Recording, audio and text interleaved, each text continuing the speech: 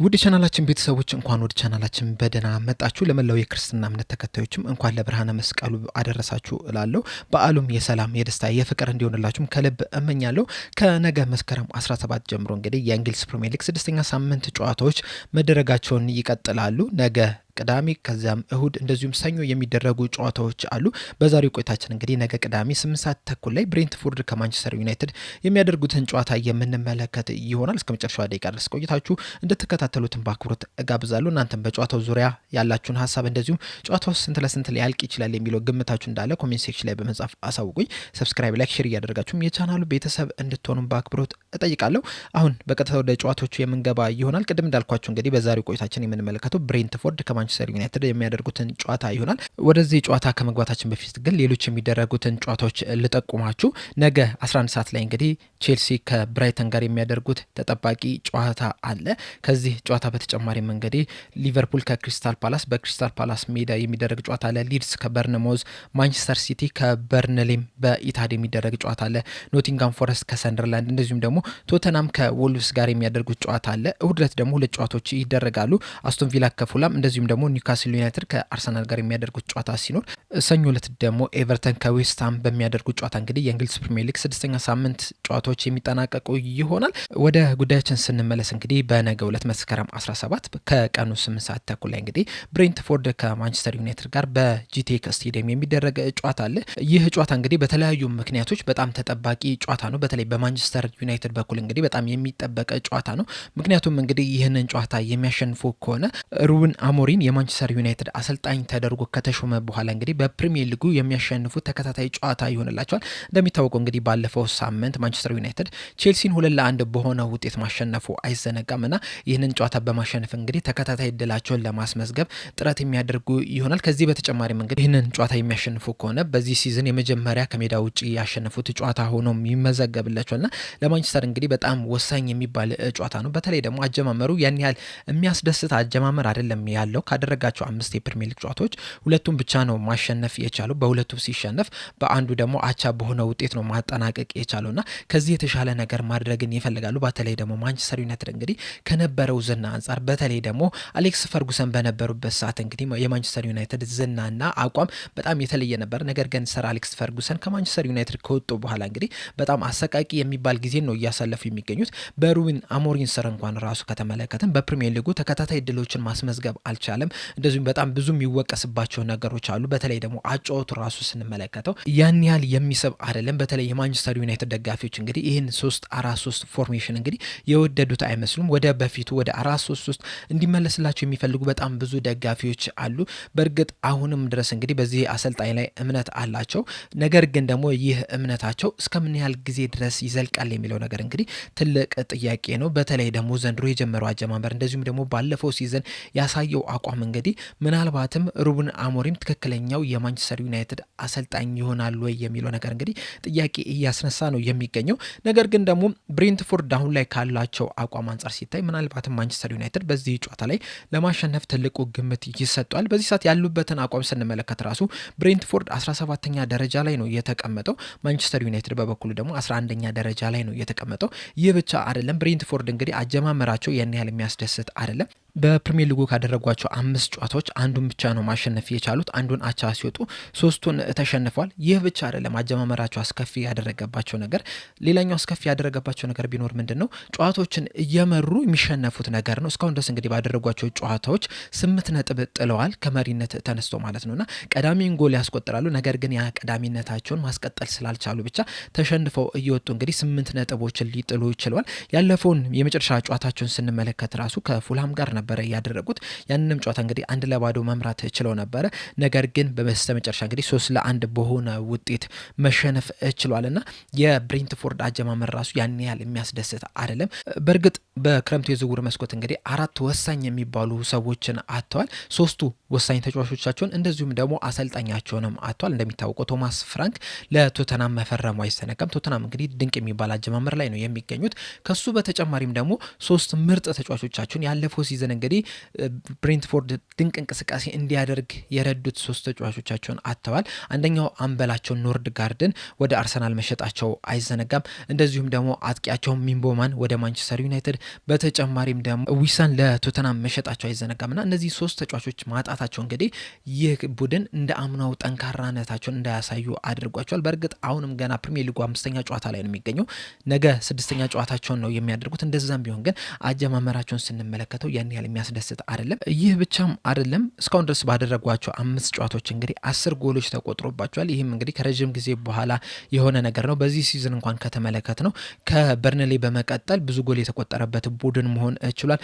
እንደዚሁም ደግሞ በጨዋታ እንግዲህ እስካሁን ድረስ ባደረጓቸው 5 ጨዋታዎች ትንሹን ሹት የሾቱት ብሬንትፎርዶች ናቸው። 41 ሹት ብቻ ነው መሾት የቻሉት በ5ቱ ጨዋታዎች። በአንጻሩ ደግሞ ማንቸስተር ዩናይትድ ባደረጓቸው ጨዋታዎች እንግዲህ በፕሪሚየር ሊጉ 81 ሹቶችን መሾት ችሏል። ይህም እንግዲህ አንደኛ ደረጃ ላይ እንዲቀመጡ አድርጓቸዋልና እዚህ ላይም እንግዲህ ብሬንትፎርዶች ጥሩ የሚባልን ጊዜን እያሳለፉ አይደለም የሚገኘው። ነገር ግን ደግሞ ለብሬንትፎርድ እንግዲህ ጥሩ ዜና የሚሆንላቸው ምናልባትም ከዚህ ጨዋታ ላይ ነጥብ ይዘን ልንወጣ እንችላለን የሚል ነገር ተስፋ እንዲኖራቸው የሚያደርገው የማንቸስተር ዩናይትድ ከሜዳ ውጪ ያለው አቋም ነው። ያለፉትን 7 ከሜዳ ውጪ ያደረጋቸውን ጨዋታዎች እንግዲህ ምንም ጨዋታ ማሸነፍ አልቻለም። በሁለቱ አቻ ሲለያይ በ5ቱ ደግሞ ተሸንፏል። ለመጨረሻ ጊዜ እንግዲህ ከሜዳ ውጪ ያሸነፈው ሌስተር ሲቲ ነበረ። 3-0 በሆነ ውጤት ነበረ ማሸነፍ የቻለው። ከዛ በኋላ ያደረጋቸውን 7 ጨዋታዎች ግን ምንም አይነት ጨዋታ ማሸነፍ አልቻለም። በታሪኩ እንግዲህ ከሜዳ ውጪ ለተከታታይ ረዥም ጨዋታዎች ሳያሸንፍ የወጣው እንግዲህ 8 ጊዜ ነው። ይህም የሆነው እንግዲህ ከማርች 2019 እስከ ኦክቶበር 2019 በነበሩት 8 ከሜዳ ውጭ ያደረጋቸውን ጨዋታዎች እንግዲህ ሳያሸንፍ መውጣት ችሏል እና አሁንም እንግዲህ 7ኛ ጨዋታው ላይ ደርሷል። ነገ የሚያደርገው ከብሬንትፎርድ ጋር የሚያደርገው ጨዋታ ደግሞ 8ኛው ነው። ምናልባት ይህንን ጨዋታ እንግዲህ ሳያሸንፍ የሚወጣ ከሆነ ከዚህ መጥፎ ሪከርድ ጋር የሚጋራ ይሆናል። ማንቸስተር ዩናይትድ እንግዲህ በዚህ ሲዝን በጣም ብዙ እየተወቀሰባቸው ያሉ ነገሮች አሉ። በተለይ ደግሞ ሩበን አሞሪም ከአምናው ሲዝን ከተቀጠረበት ሰዓት ጀምሮ እንግዲህ በጣም ብዙ የሚወቀሰባቸው ነገሮች አሉ። ነገር ግን ደግሞ ከአምናው ዘንድሮ የተሻለባቸውም ነገሮችም አሉ። በተለይ ደግሞ ፊት ለፊት መስመር ላይ የማጥቃት ሂደት ላይ ዘንድሮ በጣም የተሻለ ነው። ቀደም እንዳልኳቸው እንግዲህ በፕሪሚየር ሊጉ በጣም ብዙ ሽቶችን በመሾት አንደኛ ነው። 81 ሽቶችን መሾት ችሏል እና ጥሩ የሚባል ሂደት አለው። ነገር ግን ያ ጥሩ ሂደት ግን ሙሉ 90 ደቂቃ ላይ የሚቀጥል አይደለም። በተለይ እያንዳንዱ ጨዋታ ስትመለከቱ እንግዲህ የመጀመሪያዎቹን ጥቂት ደቂቃዎች እስከ 20-25 ደቂቃዎች ድረስ እንግዲህ ጥሩ ሲንቀሳቀስ ተመልክተናል። በጣም በፈጣን ሁኔታ ነው የሚጀምረው። ብዙ ቻንሶችን ክሬት ሲያደርግ ተመልክተናል። ነገር ግን ይህ እንቅስቃሴ ሙሉ 90 ደቂቃ ሲደገም አልተመለከትነው። በተለይ ደግሞ ሰከንድ ሃፍ ላይ ከፈርስት ሃፉ በጣም ያነሰ እንቅስቃሴ ሲያደርግ ነው የተመለከትነው።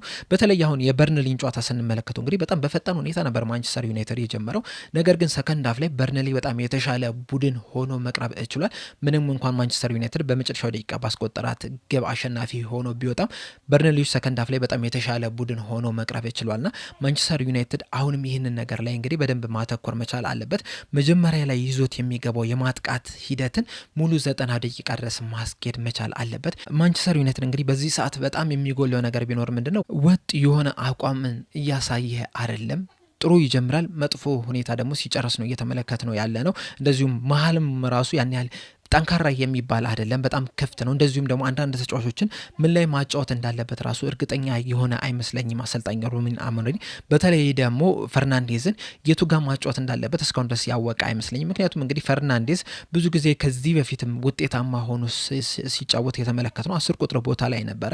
አሁን ላይ ግን ሩበን አሞሪም ይህንን 3-4-3 ፎርሜሽን ይዞ ከመጡ በኋላ ግን እዛ ቦታ ላይ አይደለም እየተጫወተ የሚገኘው። ከነዚህ ዲፕ ወይም ደግሞ ጠለቅ ብለው ከሚጫወቱት ሁለት ተጫዋቾች መካከል አንደኛው እንዲሆን ነው እየተደረገ የሚገኘው።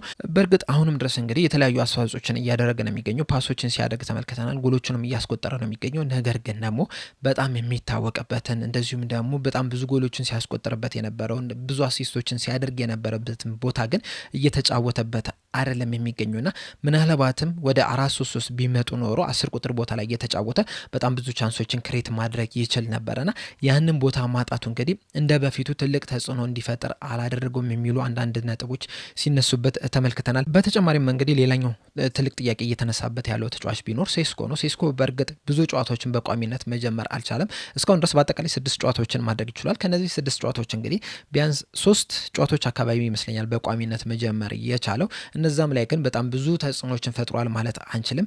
በእርግጥ አሁንም ድረስ እንግዲህ ብዙ ቻንሶች ክሬት እየተደረጉለት አይደለም፣ ብዙ ፓሶች እየተሰጡት አይደለም። እሱ የሚፈልገው አይነት አጫወት አይደለም እየተጫወቱ እየተጫወቱ የሚገኙት ማንቸስተር ዩናይትድ እና ቻንሶች ክሬት እስካልተደረጉለት ድረስ እንግዲህ ጎል ማስቆጠር አይችልም እና ያን ያህል ብዙ መውቀስ አንችልም። ነገር ግን ደግሞ ከዚህ ውጪ ደግሞ በራሱም ደግሞ የሆነ ነገር መፍጠር መቻል ነበረበት። ያንን ነገር ግን እያካሄደ አይደለም። ከዚህ በኋላ እንግዲህ የተሻለ ነገር ሊያሳየን ይችላል። ነገር ግን እስካሁን ድረስ ምንም አይነት ጎል ማስቆጠር አልቻለም። በዚህ ሰዓት ግን በማንቸስተር ዩናይትድ በጣም ጥሩ እየተንቀሳቀሰ የሚገኘው የብሬንትፎርዱ የቀድሞ ተጫዋች የሆነው ሚንቦማ ነው። ሚንቦማ እንግዲህ በፕሪሚየር ሊጉ በጣም ብዙ ሹቶችን የሾተ ተጫዋች ነው ከሃላንድ በመቀጠል። ሃላንድ እንግዲህ 21 ሹቶችን መሾት ይችላል። ከሱ በመቀጠል ሚንቦማ ነው 15 ሹቶችን መሾት የቻለ ተጫዋች ነውና ጥሩ የሚባል እንቅስቃሴን እያደረገ ነው የሚገኘው። ምንም እንኳን አንዳንድ ጨዋታዎች ላይ ሲጠፋ ብንመለከተውም ነገር ግን ደግሞ በአብዛኛው ፓርቱ ለማንቸስተር ዩናይትድ ዘንድሮ እያደረገ ላለው እንቅስቃሴ እንግዲህ ተጠቃሽ ተጫዋቾች ጥሩ ሲንቀሳቀሱ የነበሩ ተጫዋቾች መካከል አንደኛው ሚንቦማ ነውና በዚህ ጨዋታ ላይም እንግዲህ የዚህ ተጫዋች ብቃት ወሳኝነት አለው። ከሱ በተጨማሪም ኩኛም እንግዲህ እስከተጎዳበት ሰዓት ድረስ ጥሩ ሲንቀሳቀስ ነበር። አሁን ላይ ከጉዳት ተመልሷል እና ምናልባትም እንግዲህ በብሬንትፎርዱ ጨዋታ ላይ ኩኛና ሚንቦማ አብረው ሊጀምሩ የሚችሉበት እድል አለና የነዚህ ሁለቱ ተጫዋቾች ምርጥ መሆን ነው እንግዲህ ማንቸስተር ዩናይትድ በማጥቃቱ ላይ የተሻለ ሲንቀሳቀስ እየተመለከት ነውና ከዚህ በኋላም እንግዲህ ይህንን ጥምረት በደንብ ማስኬድ መቻል አለበት። በተለይ ደግሞ ሚንቦማ፣ ኩኛ እንደዚሁም ደግሞ ሴስኮ ሲጣመሩ እንግዲህ በጣም አስፈሪ ቡድን መመስረት ይችላሉ። ነገር ግን ቀደም እንዳልኳቸው እንግዲህ ወጥ የሆነ አቋም አይደለም እያሳዩ የሚገኙት።